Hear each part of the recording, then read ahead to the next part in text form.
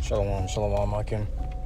Call Halayim La, YAHAWAH, BAHASHAM, YAHWASHI, BAHASHAM, Rakakadash. Double honors to the elders and apostles, a great millstone, and teaching me well. Peace and salutations be to the full elect. I'm Brother Tazawam, coming at you from the prophets of Babylon camp here in Tampa, Florida. This lesson is going to be going into casting down strongholds.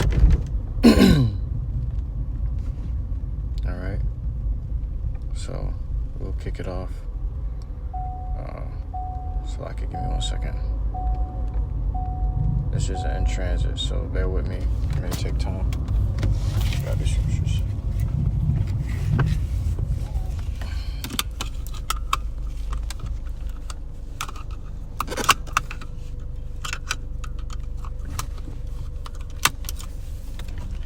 Alright, so we'll get right into it with the book of 2 Corinthians chapter 10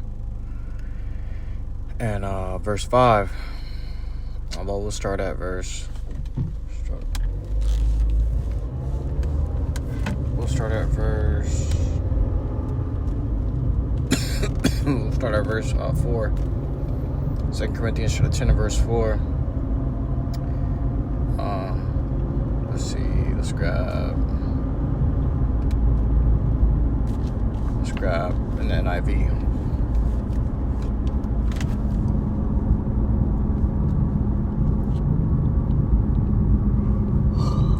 2 Corinthians 10 and 4 on the NIV says, the weapons we fight with are not the weapons of the world. So we don't fight with actual swords. We don't fight with actual guns. We don't need to reload our ammo. None of that shit, man. We don't need an extended clip or extended mag or a switch. Nah, man, that shit is not necessary. Alright? And which brings me to a conversation I had with my worldly brother earlier today. He was talking about how he can't put down the gun, man. He can't put down the carnal weapons, and for this he's got to go into the slammer because he got a gun charge. All right, you Jake's so busy trusting in these swords, you ain't even got a license to carry these swords. All right, or you're restricted from carrying such, all right, because you want to rely on them so much rather than relying on the Lord. SEMINOLE. These things are costing you your freedom, the ability to see your children grow, the ability to build something up for your family. As all that time is being wasted when you have to go into the slammer because you got a fucking gun charge or a gun on you, whatever it may be. Not to mention, these things will not deliver you. Okay? You must understand, if you live by that gun or that sword, whatever, you must also die by it. It's going to be the end of you. Okay? Such a lifestyle does not end without bloodshed. It says we use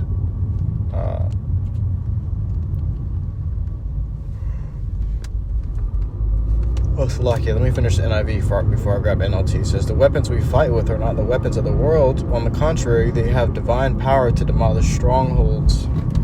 All right? Which the weapons we use have the power to change people. Okay? All right? The weapons we use are what? These precepts, these scriptures. They cut deep to the bone, man. You get down there and get into the joints and marrow. Okay? Cutting very deeply and changing the way a man thinks of his life, the way a man will guide his life, and what a man should do for the rest of his life. All right?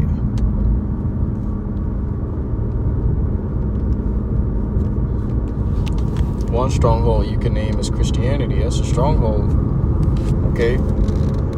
It has a strong hold on the minds of Jake. Right? So the weapons we use, which are these precepts, breaks those into pieces, breaks them in half, cuts them down, so that you can realize it ain't really shit. When you cut something or you divide something, you split it open to see what it's really made of. All right, and that's what you do when you cutting down these strongholds. You cut it open to see what it's really made of. You come to find out Christianity is just bullshit. Our weapons have the power to change a man's life, to bring him into the fold and have him out there preaching and prophesying for the Lord, YAHAWASHI. Okay? Now, we all got hit with that. We all got hit with that weapon, man. The weapon of the scriptures. We all that's in the truth got hit with the weapon of the scriptures. And it forced us to submit, to yield. It was too powerful. NLT says, we use YAHAWASHI's mighty weapons, not worldly weapons, to knock down the strongholds of human reasoning and to destroy false arguments. A false argument is any argument that has to do with the false God or religion is a false argument. You literally arguing with somebody that don't know what the fuck they're talking about. It's not a real argument. Okay? They ain't arguing about the truth. They arguing about what's false. It's a false argument. It's a waste of time. It's vanity and vexation. It's vain. We won't get anywhere at the end of that conversation. Okay? But that's what we do when we use these precepts, these scriptures. They are a defense for us. You cut a nigga up just by saying the name of the Lord, YAHAWASHI. As the scriptures say, the name of the Lord is a strong tower. The righteous runneth into it and are safe. And any troublesome situation you may be in, all you got to do is call on the name of the Lord, and their demons are going to be interrupted. They're going to get slapped in. They're going to get slapped in the face, a slap to the face. They're going to be stopped in their tracks of enacting those evil works they plan to. And the person going to get confused, like, what did you say? What name was that? What did you say? What language is that you speaking? For they asking all sorts of questions, and then one thing leads to another. They out there preaching next to you. It says, we demolish arguments and every pretension that sets itself up against the knowledge of YAHAWASHI, and we take captive every thought to make it obedient to Mashiach. And the NLT says, we destroy every proud obstacle that keeps people from knowing YAHAWASHI, which Christianity is based off of pride. Christianity came through pride. Okay? It's a plantation religion. It's not a true religion. It's something that your oppressors forced upon you because they were proud. Okay? It says, and we will be ready to punish every act of disobedience once your obedience is complete. All right? So there you go. These words, as the scriptures say, that in the tongue holds life and death, holds the power of life and death. You can speak life into a person, or you can speak death into a person. You can speak life into the air, speak death into the air. Okay? But the things you say hold weight. It doesn't just go out. It doesn't just go out void. It doesn't go out empty. Okay? It has to, just as the Lord said, let there be light. Okay? Your words also have meaning to it. That's why the scriptures say, every idle word man shall speak, he shall give account for in the day of judgment. All right? Because you can speak things into manifestation. You can speak things into existence. Okay? So once you speak these scriptures, you speak life into a person. But once you speak in these false doctrines, you speak death into yourself and those that hear you. All right? But what we do with this word is we cast down strongholds. All right? So whatever it is that's got hold on a man's mind, whatever kind of demon, however strong he may be, this scriptures, these precepts, this word is always going to cast him down. Because all things must bow the knee to the Lord, YAHAWASHI, and they must submit. They're going to have to yield when the name of the Lord is on the line. Right? I believe it's Hebrews 4:12, right? Yeah, Hebrews 4:12. Let's see. Let's grab some different variations.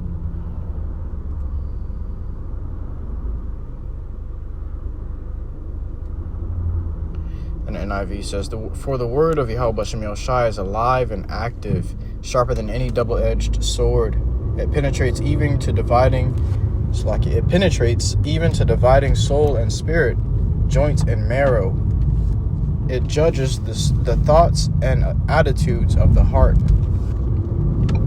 All right. And the NLT says, for the word of Yahweh Shai is alive and powerful. We're speaking lively words. Okay. These are active weapons that come out of our mouth when we're preaching. That's why the scripture talks about the seed being sowed. Okay. Because there's a seed being sowed in your heart when you hear this word. It is sharper than the sharpest two-edged sword, cutting between soul and spirit, between joint and marrow. It exposes our innermost thoughts and desires. Okay, it exposes those innermost thoughts, right? Because there's no getting around the word. You can't get around it. You can't get around the scriptures. No matter how many delusions and conclusions and undecided solutions you got going on in your mind, this word gonna cut all of that shit. Okay, because in the end, everything ties back to the fundamentals. Okay, the law, statutes, and commandments. Everything ties back to what's natural. All right, what the Lord gave us to do. And if you ain't going, your life ain't going according to that, you gonna get cut. If you know what you're doing is wrong, and the scriptures condemn it, you gonna get cut to the spirit. You're gonna, damn, I've been living my whole life wrong. 35 years, 45 years. You know? And it's just for nothing. That's why a lot of niggas can't accept the truth at a later age, because they have spent most of their life already devoted to another cause. For them to do that, they don't want to start all the way over. They don't want to be reborn. Okay? They don't want to have to start from ground zero. All right? But it's better you start from ground zero than to be burnt up at ground zero. All right?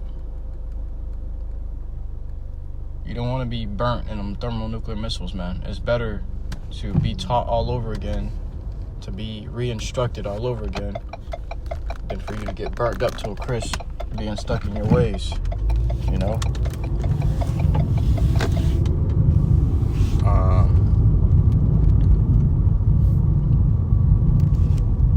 It says, nothing in all creation is hidden from Yahweh Shai's sight. Everything is uncovered and laid bare before the eyes of him to whom we must give account. So nothing is hidden to the Lord. You can hide it from man, okay, but the Lord sees everything you're made of. He sees what you truly are. All right, the scriptures say the darkness is as light to him. Okay, so you think you hiding somewhere in the dark, but the Lord sees you as clear as day. Okay. Things you hide from are men. You hide from men because you fear what men will say, what men will think, how men will see you, and you fear your image being tarnished, but you have no consideration for Yahweh Shai's image. All right, and that's where you err at.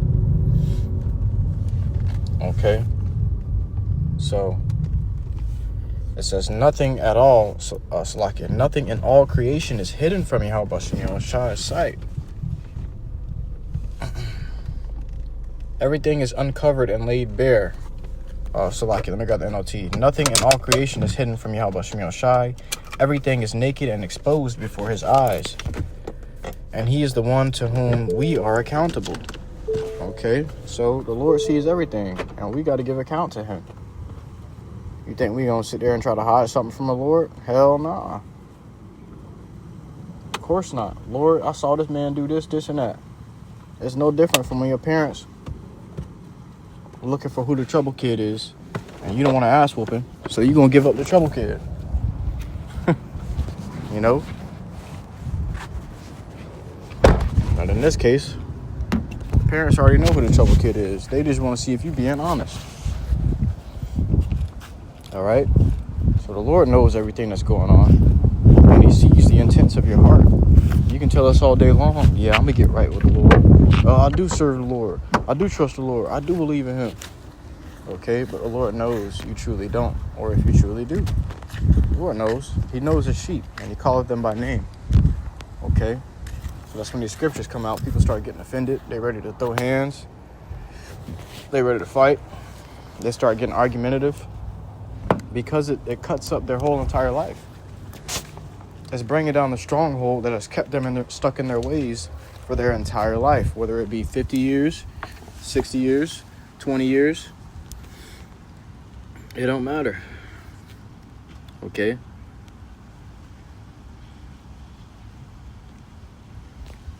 Let me grab this. We'll close out with this.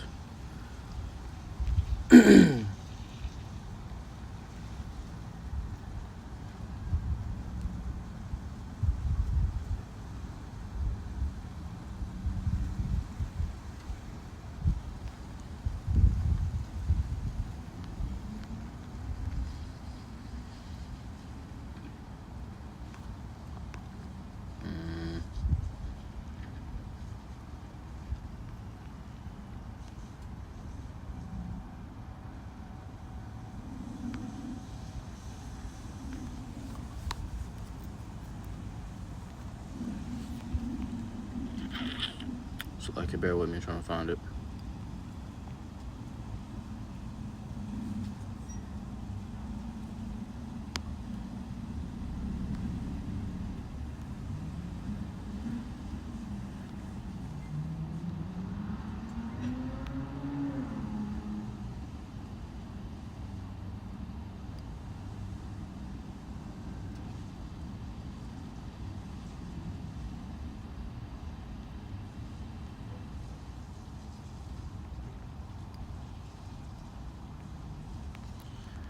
The word of the Lord shall not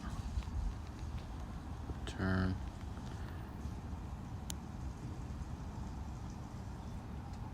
All right, in the book of Isaiah 55. Isaiah 55 and 11. And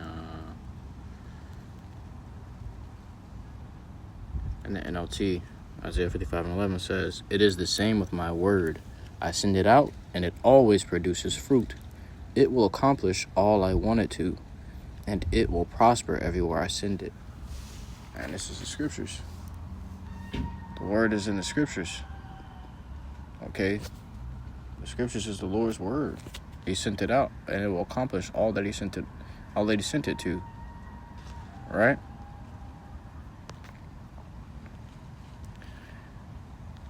NIV says, "So is my word that goes out from my mouth. It will not return to me empty, but will accomplish what I desire and achieve the purpose for which I sent it." All right, you got all these brothers waking up to the truth because of the word the Lord sent out. Okay?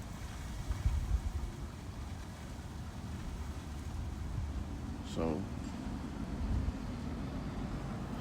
shit, we once had strongholds in our mind too. You know, before we came into this truth.